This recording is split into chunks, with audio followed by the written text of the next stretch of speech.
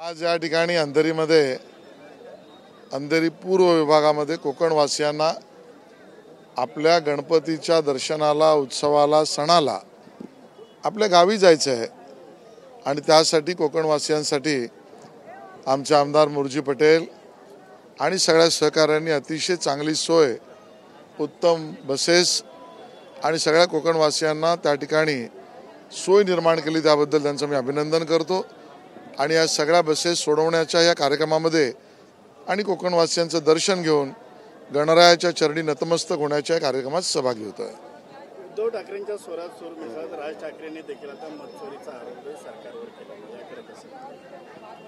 मतचोरी नसून मती चोरीला गेलेली आहे। जे या विषयावर बोलतात त्यांची मती म्हणजे बुद्धी याच्यावर शंका निर्माण व्हावी अशी परिस्थिती आहे। त्यामुळे मतचोरीचा विषय नसून मती चोरीला गेल्याचा विषय आहे आणि म्हणून स्वतःच्या पराभवाची कारणं ही त्या यंत्रणांवर फोडायची, यातून या पक्षांना काहीच बळ मिळणार नाही।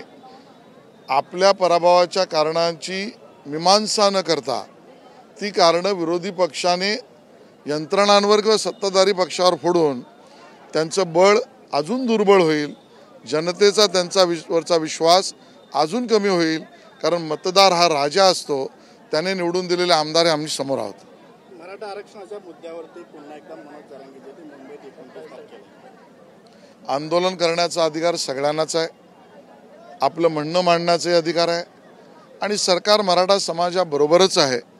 मराठा समाजांच्या मागण्या ह्या सरकार गांभीर्याने घेऊनच हा आपला समाज आणि त्यांच्या मागण्या यावर सकारात्मकच विचार करतोय, एवढं मी सांगेन। उद्धव ठाकरेंच्या वाढदिवसाला राज ठाकरेंची उपस्थिती लागली होती, यानंतर आता गणेशोत्सवाचं देखील राज ठाकरेंकडून उद्धव ठाकरेंना सहकुटुंब आमंत्रण। कुटुंबात एकाने एकमेकाकडे जावं यामध्ये आम्ही भाष्य काय करावं?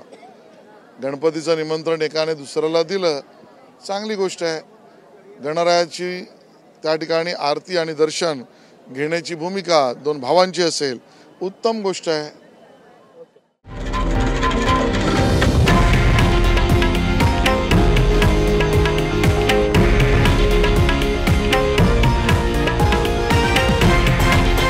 हे आहे देशातील नंबर 1 न्यूज नेटवर्क आणि आपण पाहत आहात TV9 मराठी, एकमेव।